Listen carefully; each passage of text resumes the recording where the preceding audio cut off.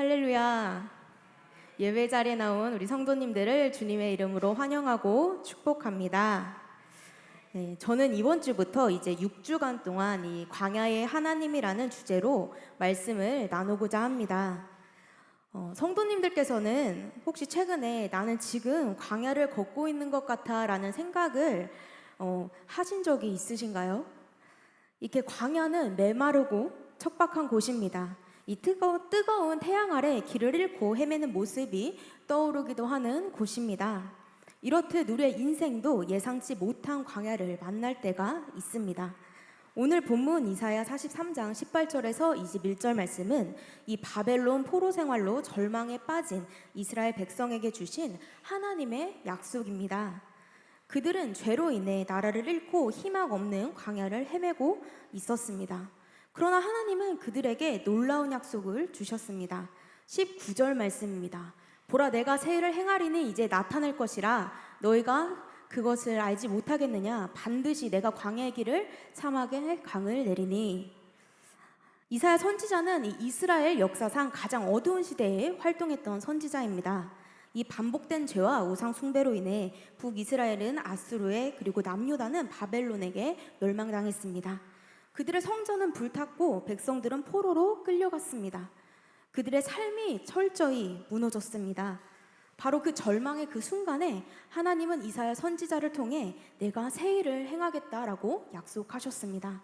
이 말씀은 단순한 약속이 아니라 눈물과 고통 속에 주어진 하나님의 소망의 메시지였습니다. 하나님께서는 이 말씀을 통해 그들에게 다시 한번 소망을 품으라고 말씀하셨습니다.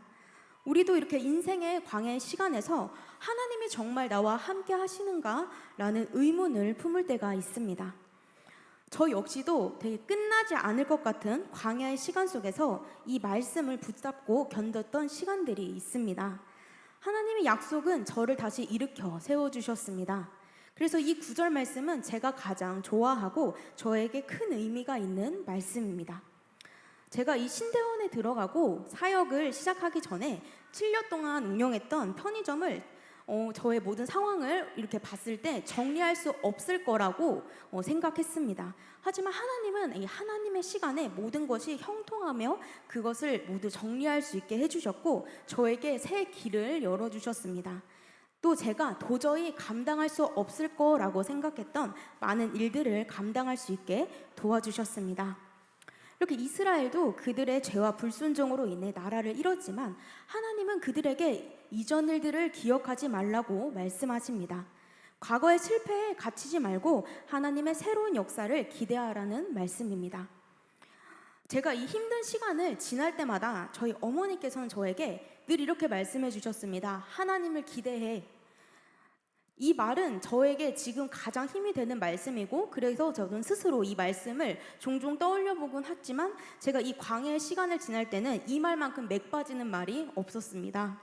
하지만 지금 깨닫는 것은 하나님의 때가 차면 하나님께서는 우리 삶에 반드시 변화를 가져다 주신다는 것입니다. 오늘 혹시 이 자리에 나오신 성도님들 중에서도 자신만의 이 광야를 걷고 계신 분들도 있을 것입니다. 하나님께서는 이 우리의 광야의 시간 속에서 우리가 이 고통과 절망 중에 있을 때 결코 우리를 잊지 않으시고 우리를 위한 새로운 길을 준비하고 계십니다. 오늘 말씀을 통해 하나님께서 어떻게 이 우리 삶의 광야의 길을 내시는지 함께 살펴보겠습니다. 첫 번째로 하나님은 절망 속에서 길을 내십니다. 이 이스라엘 백성이 애굽에서 나와서 약속의 땅을 향해 나아갈 때 그들의 앞을 막은 것은 거대한 홍해 바다였습니다. 이 홍해는 그들에게 절망과 두려움을 가져다 주었습니다. 뒤에서는 무섭게 그들을 추격해오는 애굽 군대의 말발굽 소리가 점점 더 가까워지고 있었고 앞에는 넘실대는 바다가 기다리고 있었습니다. 이 상황은 절망 그 자체였습니다. 뒤에서는 애굽 군대가 쫓아오고 앞에는 홍해 바다가 막고 있는 이 상황에서 이 이스라엘 백성은 두려움에 떨면서 불평했습니다. 백성들은 모세를 원망하면서 이렇게 외쳤습니다. 애굽에 매장지가 없어서 당신이 우리를 이끌어내어 이 광야에서 죽게 하느냐? 그 순간 하나님께서는 모세에게 말씀하셨습니다. 네 지팡이를 들고 내 손을 바다 위로 내밀어 그것이 갈라지게 하라. 모세가 손을 내밀자 하나님께서는 밤새 강한 동풍을 보내 홍해를 가르셨습니다. 바다 한가운데 이 마른 땅의 길이 생겨났습니다. 상상도 못한 방법으로, 우리는 결코 상상하지도 못할 방법으로 하나님은 이 절망의 장소에서 길을 내셨고 그들은 구원을 경험했습니다. 이 홍해 사건은 단지 이 기적적인 사건을 넘어 우리에게 신학적인 진리를 선명하게 보여줍니다. 이 사건은 하나님께서 그의 백성을 위한 구원을 성취하시기 위해 친히 개입하신다는 것을 보여줍니다. 이 인간의 노력과 능력으로는 결코 해결할 수 없는 상황에서도 하나님께서는 우리 삶 가운데 친히 개입하셔서 길을 만드시는 분이십니다. 우리가 경험하는 이 삶의 광야에서도 하나님은 동일하게 역사하십니다. 때로는 우리의 계획이 무너질 수도 있고 우리가 기대했던 길이 막힐 수도 있습니다. 그럴 때 우리는 혼란스럽고 또 두렵습니다. 하지만 그 순간이 이 하나님께서 우리를 위한 새로운 길을 준비하시고 우리를 만나시려는 순간임을 우리는 믿어야 합니다. 그러므로 우리는 이 절망 속에서도 소망을 가져야 합니다. 시편 기자는 시편 121편에서 이렇게 노래합니다. 내가 산을 향하여 눈을 들리라. 나의 도움이 어디서 올까? 나의 도움은 천지를 지으신 여호와에게서로다. 아멘. 우리의 시선을 이 상황에서 하나님께로 돌릴 때 하나님은 그곳에서 새로운 길을 만드십니다. 지금 여러분이 걷고 있는 이 광야는 하나님이 새로운 길을 준비하고 계신 자리입니다. 하나님께서는 새 길을 내시며 믿음으로 우리가 걸어가기를 원하십니다. 이 성경에서 길은 단순히 지나가는 통로가 아니라 하나님의 구원과 인도하심, 목적과 계획을 상징합니다. 이 홍해의 기적은 단순히 길이 열린 사건이 아닙니다. 그 길은 하나님의 능력과 구원의 역사가 나타난 구원의 통로였습니다. 하나님께서는 이렇게 이스라엘 백성들이 상상할 수조차 없었던 방법으로 그들을 구원해 주셨습니다. 이 인간의 한계가 드러난 순간 하나님의 능력이 나타난 것입니다. 이것은 우리 삶에서도 마찬가지입니다. 우리가 가진 경험과 지식으로는 도저히 이해할 수 없는 일들이 찾아올 때가 우리 삶에 있습니다. 길이 막힐 때 하나님은 우리가 상상하지 못한 새 길을 여십니다. 이것이 바로 광야의 길을 내시는 하나님의 신비로운 역사입니다. 하나님은 우리의 방법과 생각을 뛰어넘는 분이십니다. 우리가 이 하나님의 인도하심을 신뢰하며 의지할 때 이 불가능은 가능으로 변하고 절망이 소망으로 바뀌는 기적을 경험할 수 있습니다. 이 여호수아와 이스라엘 백성이 요단강 앞에 섰을 때도 하나님께서는 물이 가득 찬 강물을 마르게 하시고 새로운 길을 내셨습니다. 이 요단강 앞에서의 기적은 하나님께서 이스라엘 백성을 애굽에서 구원하내신 홍해 사건과도 연결되어서 하나님께서 과거에도 그리고 현재에도 또 앞으로도 늘 그분의 백성들을 위해 길을 내신다는 신실함을 보여주고 있는 사건입니다. 우리는 때로 이 절망의 광야 앞에서 주저앉아 버립니다. 그러나 그곳에서 포기하지 말고 다시 한번 하나님께 우리의 시선을 옮기길 원합니다. 하나님은 이 길을 만드실 뿐만 아니라 우리가 광야에서 지치지 않도록 생명의 물을 공급해 주시는 분이기 때문입니다. 둘째로 하나님은 이 메마른 영혼에 생수를 공급하시는 분입니다. 본문 19절에서 하나님은 이렇게 말씀하십니다. 반드시 내가 광야의 길을 사막에 강을 내리니. 이 사막은 물이 거의 없는 곳입니다. 물이 없으면 생명이 살 수 없고 결국 모든 것이 메말라 죽게 됩니다. 이것은 이 단순히 육체적인 물 부족뿐만 아니라 영적인 갈급함과 메마름도 의미하고 있습니다. 이 이스라엘 백성들은 바벨론 포로 기간 동안 그들의 영혼도 이 사막과 같이 메말라 있었습니다. 그들은 성전에서의 예배를 잃어버렸고 하나님과의 친밀한 교제도 상실했습니다. 이 하나님의 임재가 느껴지지 않는 이 광야의 시간은 그들에게는 견디기 힘든 영적 고통의 시간들이었습니다. 그런데 하나님께서는 바로 그 메마른 사막에 강을 내시겠다고 약속하십니다. 여기서 말하는 강은 단지 이 자연적인 물줄기가 아니라 하나님의 풍성한 생명과 은혜를 의미합니다. 신약에서도 우리는 이 동일한 약속을 발견할 수 있습니다. 예수님께서는 요한복음 7장 37, 38절 말씀에서 이렇게 이야기하십니다. 누구든지 목마르거든 내게로 와서 마시라. 나를 믿는 자는 성경의 이름과 같이 그 배에서 생수의 강이 흘러나오리라. 예수님께서 말씀하신 이 생수는 생명을 의미합니다. 성령님은 우리의 영혼을 풍성하게 하시고 이 메마른 영혼에 생명을 공급해 주시는 분이십니다. 예수님이 이 사마리아 여인을 만난 사건을 생각해 보면 그 여인은 이 인생의 여러 가지 실패와 관계의 상처로 인해 내면의 갈증을 겪고 있었습니다. 그녀의 삶은 이 메마른 사막과도 같았습니다. 그녀의 삶은 이 철저한 외로움과 공허함으로 채워져 있었습니다. 그녀는 이 5번의 결혼과 이혼을 반복하면서 인생의 깊은 상처와 실망 그리고 배신을 맛보았습니다. 주변 사람들은 그녀를 향해 손가락질했습니다. 그래서 그녀는 다른 이들의 시선을 피해 홀로 우물에 나와 물을 깃고 있었습니다. 그런 그녀에게 예수님께서는 찾아가서 그녀를 만나주셨습니다. 그리고 이렇게 말씀하셨습니다. 이 물을 마시는 자마다 다시 목마르려니와 내가 주는 물을 마시는 자는 영원히 목마르지 아니하리니 내가 주는 물은 그 속에 영생하도록 솟아나는 샘물이 되리라. 아멘. 예수님께서 주시는 이 말씀은 그녀의 마음 깊은 곳을 꿰뚫었습니다. 그분의 말씀은 비난이 아니라 위로였고 정죄가 아니라 사랑이었습니다. 그 순간 메마른 그녀의 내면이 처음으로 진정한 생수, 이 하나님의 은혜로 가득 차기 시작했습니다.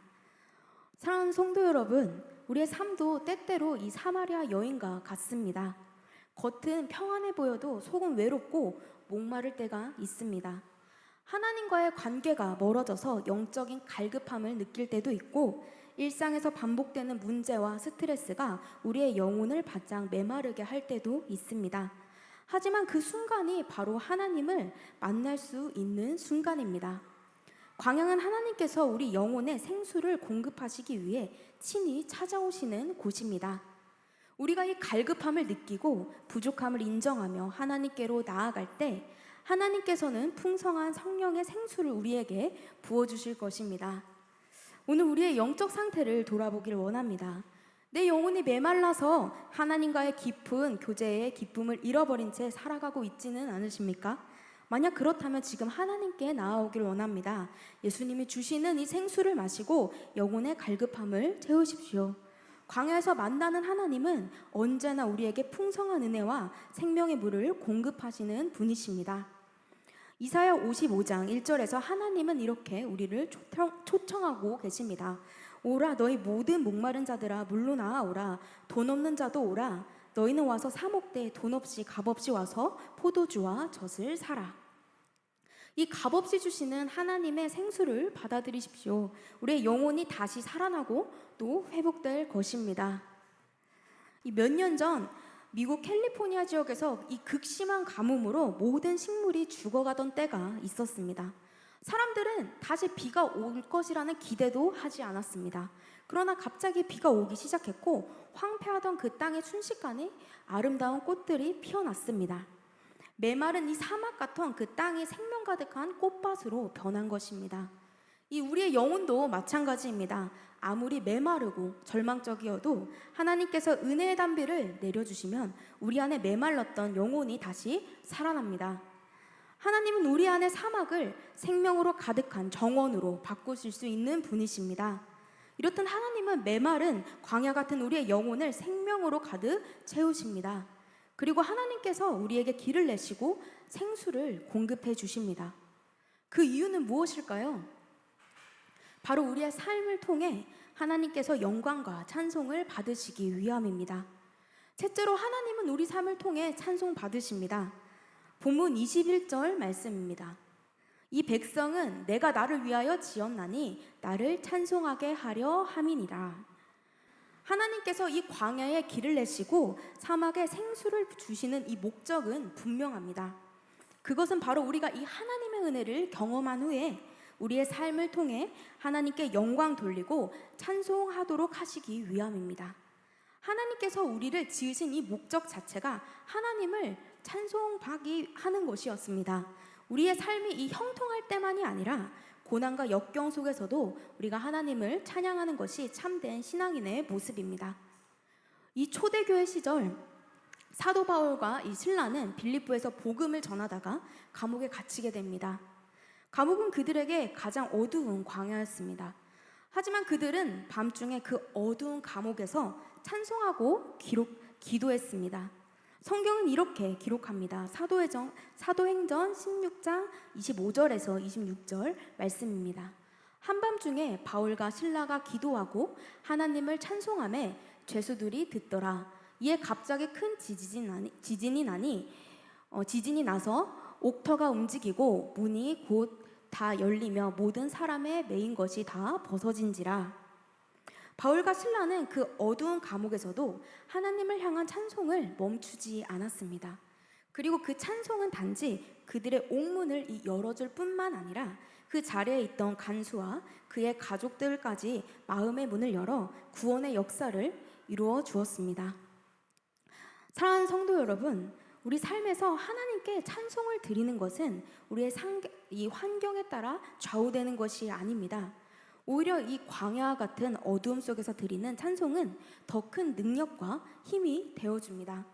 그 찬송이 이 하나님께 영광을 돌리는 가장 아름다운 순간입니다. 히브리서 13장 15절은 이렇게 이야기합니다. 그러므로 우리는 예수로 말미암아 항상 찬송의 제사를 하나님께 드리자. 이는 그 이름을 증언하는 입술의 열매니라. 찬송은 하나님께 드리는 우리의 입술의 열매입니다. 하나님은 이 우리의 찬송을 기쁘게 받으십니다. 그런데 여기서 우리는 한 가지 중요한 사실을 기억해야 합니다. 하나님을 찬송한다는 것은 단지 노래를 부른다는 의미가 있는 것이 아닙니다. 그것은 우리의 삶 전체를 통해 하나님의 살아계심과 신실하심을 드러내는 것을 뜻합니다. 마태복음 5장 16절에서도 예수님은 말씀하십니다. 이같이 너희 빛이 사람 앞에 비치게 하여 그들로 너희 착한 행실을 보고 하늘에 계신 너희 아버지께 영광을 돌리게 하라. 우리가 이 하나님을 찬송하는 삶을 살 때 우리 주변의 사람들도 우리의 삶을 보고 하나님께로 나아오게 될 것입니다. 우리의 찬송이 곧 전도의 도구가 되는 것입니다. 예전에 이 한 성도님이 계셨습니다. 그 성도님은 이 심각한 병에 걸려서 오랜 시간 병상에 누워 있었습니다. 사람들은 그 성도님이 낙심하고 절망할 것이라고 생각했지만 그 성도님은 병상에서도 항상 이 감사와 찬송을 멈추지 않았습니다. 찾아오는 모든 이들에게도 밝은 얼굴로 이야기했습니다. 하나님은 여전히 선하시고 신실하십니다. 그의 병상은 어느새 은혜의 장소가 되었고 그를 만나러 온 많은 이들이 그의 믿음을 통해 위로받고 하나님께 돌아오게 되었습니다. 그는 이렇게 오히려 자신의 고난 속에서 드리는 찬송이 오히려 하나님이 더 큰 영광을 받으시는 통로가 되었던 것입니다. 이렇게 세상의 기준으로는 결코 기뻐할 수도 또 감사할 수도 없는 상황에서 이 하나님의 사람은 기뻐하고 감사할 수 있습니다. 우리의 삶이 이러한 찬송의 삶이 되기를 소망합니다. 하나님은 우리의 삶을 회복시켜 주실 뿐만 아니라 우리의 삶을 통해 하나님의 영광이 드러나고 찬송 받으시기를 원하십니다. 그러므로 우리는 우리의 삶 전체를 하나님께 드리는 삶으로 살아가야 합니다. 힘들고 어려울 때일수록 하나님께서 광야에서 어떻게 역사하셨는지를 기억하고 담대히 찬송하며 하나님께 영광 돌리길 소망합니다. 내 삶에서 이 하나님께 드리는 찬송과 감사가 풍성하게 넘쳐나고 있으신가요? 혹시 이 광야 같은 환경에 둘러싸여 있을 때 하나님에 대한 원망과 불평이 나가고 있지는 않으신가요? 우리 삶에서 하나님을 향한 이 끝없는 찬송과 감사가 흘러나올 때 우리의 삶을 통해 하나님께서 크고 놀랍게 영광 받으실 것입니다. 우리의 입술과 삶에서 하나님을 향한 감사와 찬송이 넘쳐날 때 바로 그때에 하나님께서 우리를 위해 광야에 길을 내시고 생수를 공급하신 목적이 성취되는 것입니다. 오늘 우리는 이사야 43장 말씀을 통해 광야의 하나님에 대해 함께 살펴보았습니다. 하나님은 이 절망의 광야에서도 우리를 잊지 않으시고 반드시 새 길을 내시는 신실하신 분이십니다. 또한 하나님은 메마르고 지친 우리의 영혼을 그냥 두지 않으시고 성령의 생수를 공급하여 다시 살아나게 하시는 분이십니다. 사마리아 여인에게 생수를 주셨듯 오늘 우리에게도 동일한 은혜를 베풀어 주십니다. 그리고 하나님은 우리가 광야를 통과하면서 삶 속에서 하나님께 영광과 찬송을 돌려드리길 원하십니다. 이 바울과 실라가 감옥 속에서도 찬송했을 때 하나님은 그 찬송을 통해 구원의 놀라운 역사를 이루셨습니다. 오늘 말씀을 통해 하나님께서 우리에게 주시는 하나님의 음성은 분명합니다. 우리가 지금 어떤 광야를 걷고 있든지 결코 그곳에서 절망하거나 또 좌절하지 말라는 것입니다. 우리 앞에 광야는 하나님께서 일하시는 자리입니다. 하나님은 광야의 시간을 통해 우리를 연단하시고 성장시키시며 더 깊이 하나님을 만날 수 있게 하십니다. 사랑하는 성도 여러분, 광야는 끝이 아닙니다. 광야는 새로운 시작이고 하나님의 능력이 펼쳐지는 자리입니다. 하나님은 우리의 삶의 광야에서 길을 내시고 생수를 부어주시며 우리의 삶에서 영광받기 원하십니다. 인생의 광야를 만났을 때 우리의 시선을 문제가 아닌 하나님께 돌리고 이 문제와 어려움이 아닌 그곳에서 새로운 길을 내시는 하나님의 능력을 바라보길 원합니다. 형통할 때만이 아니라 광야 같은 순간에도 하나님께 찬송하며 나아갑시다.